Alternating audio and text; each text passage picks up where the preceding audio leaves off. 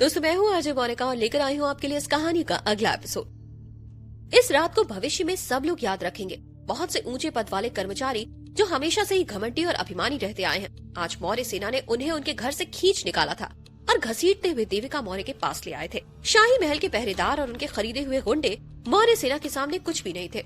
मौर्य सेना के रास्ते में अगर कोई भी दखल अंदाजी करता है तो वो उस इंसान को सीधा खत्म कर देते थे। मौर्य शहर में मौत मंडरा रही थी और खून की बदबू छाई हुई थी।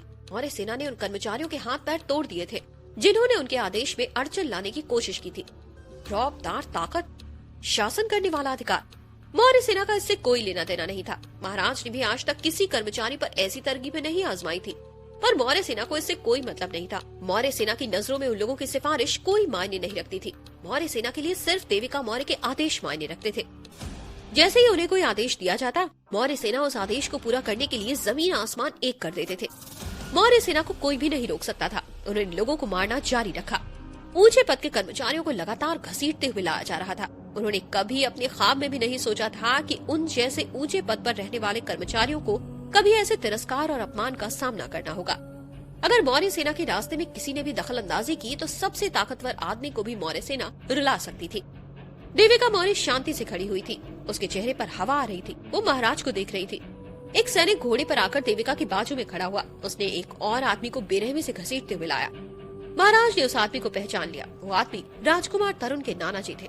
जब राजकुमार तरुण की माँ के परिवार का नाश हुआ था, उससे पहले राजकुमार तरुण के नाना जी के पास महाराज का साथ था। वो महाराज के बहुत से आदमियों में से एक थे और मौर्य महल के खिलाफ उन्होंने बहुत बड़ा काम किया था। उन्होंने कृष्णदेव के साथ मिलकर मौर्य महल के खिलाफ चाल चली थी और उनका नाश किया था। राजकुमार तरुण ने देखा कि उसके नाना जी के 8 मौर्य महल बहुत ही बुरा व्यवहार कर रहे थे। राजकुमार तरुण ने चिल्लाकर बोला, देविका मौर्य, मेरे नाना जी को इस वक्त छोड़ दो। तुम ये पागलपन कब रोकोगी? तुम्हें अंदाजा भी है कि तुमने क्या किया है? देविका मौर्य पागल हो चुकी है। देविका पूरी तरह से पागल हो चुकी है। उसने महाराज के ससुर जी को गिरफ्तार कर लिया था। न जाने उसके दिमाग में क्या चल रहा था।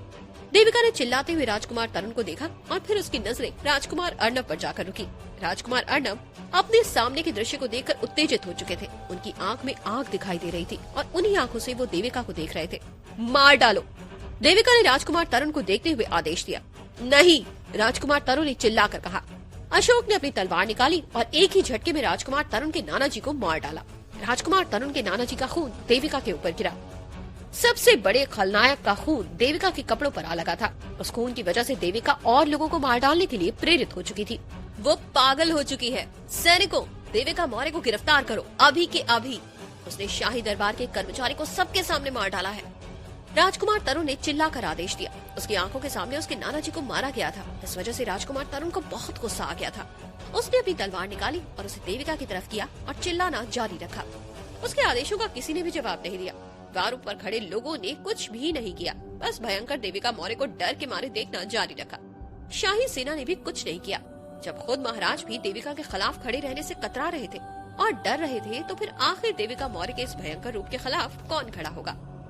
देविका मौर्य ने कृष्णदेव और महाराज के ससुर को मार डालने में जरा भी हिचकिचाहट नहीं की थी।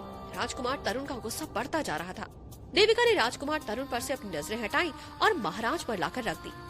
अब वो इस बात का इंतजार कर रही थी कि महाराज जल्द से जल्द मौर्य अर्जुना को छोड़ दे।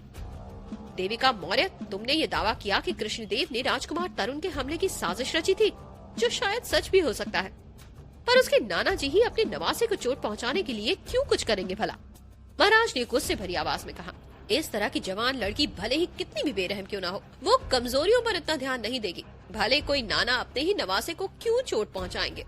महाराज को विश्वास था कि इस बात को लेकर वो भयंकर देविका मौर्य का सामना कर सकते थे। देविका ने ये सुनकर हाथ खड़ा किया और अशोक को बुलाया। अशोक जी, अशोक ने जवाब दिया। देविका ने अपने साथ एक बैग भी रखा हुआ था। उसने उसमें से 2 पत्र निकाले और अशोक को फेंक कर दिए। पढ़ो। अशोक खड़ा हुआ और उस पत्र को पढ़ना शुरू किया। पृथ्वीराज, राजकुमार तरुण के नाना जी ने तेनाली शहर में 32 लोगों के घर को हड़पा था और 67 किसानों को मार डाला था। अशोक ने एकदम ऊंची आवाज में हर एक शब्द स्पष्टता के साथ पढ़ा। अशोक ने बोला, आज तक पृथ्वीराज पर खून के, आग लगाने के, लूटपाट के, लोगों पर अत्याचार करने के, रिश्वत खाने के और इसके अलावा कई अपराध लगे हुए हैं। कुल मिलाकर पृथ्वीराज पर 583 अपराध लगे हुए हैं।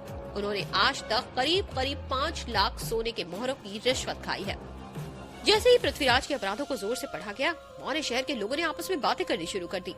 सब लोगों ने नफरत और गुस्से के साथ महाराज के ससुर जी और राजकुमार तरुण के नाना जी पृथ्वीराज की लाश को जमीन पर पड़े हुए देखा। महाराज की सिफारिश का पृथ्वीराज ने गलत कामों में शामिल होकर गलत इस्तेमाल किया था। उनका पद बहुत ऊंचा था, इसलिए किसी की भी हिम्मत नहीं हुई कि वो उनके खिलाफ कुछ भी बोले। पर अब उनके कर्म सारे लोगों के सामने आ चुके थे। उनके गुनाहों और अपराधों का पर्दा फाश हो चुका था।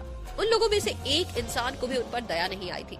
उन्हें तो इस बात की खुशी थी कि दुनिया से एक और खलनायक जा चुका है। महाराज का गुस्सा बढ़ता गया। वो पृथ्वीराज के सारे गुनाहों से वाकिफ थे, पर उन्होंने उसे रोकने के लिए कुछ भी नहीं किया था। पृथ्वीराज के अपराधों के कारण लोगों ने उनके मौत को खुले हाथों से स्वीकार कर लिया।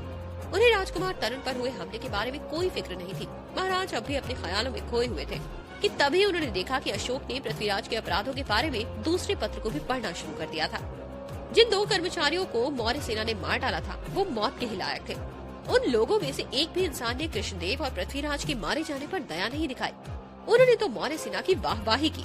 बहुत से लोगों के लिए अगर मौर्य सेना नहीं होती तो खलनायकों का राज चलता ही रहता। महाराज अब डर में कांपते हुए देविका मौर्य की तरफ देख रहे थे। उन्होंने एक बात जान ली थी कि देविका मौर्य जब भी किसी को मारती थी तो एकदम बेरहमी से मारती थी और उस मरने के तरीके को पूरे तरह से न्याय देती थी। लोगों ने मौर्य सेना के लिए चीयर करना जारी रखा और इस कारण लोगों के दिल में मौर्य महल के लिए इज्जत और प्यार बढ़ गया। लोग देविका को देखकर ज्यादा आश्चर्यचकित हो चुके थे। पहले देविका मौर्य की कितनी निंदा की जाती थी और अब वही इतनी ताकतवर और शक्तिशाली महिला में बदल चुकी थी। पहले जो बुरी अफवाहें शहर में घूम रही थी, आज उन सारी अफवाहों का अंत हो चुका था। ये पक्का मौर्य खानदान की ही उत्तराधिकारी थी।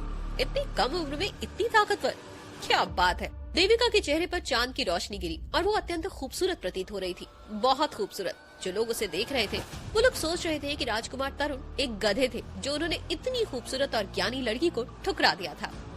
तो दोस्तों, आज के इस एपिसोड की कहानी बस यही तक। अगले एपिसोड के साथ फिर मिलती हूँ आपसे।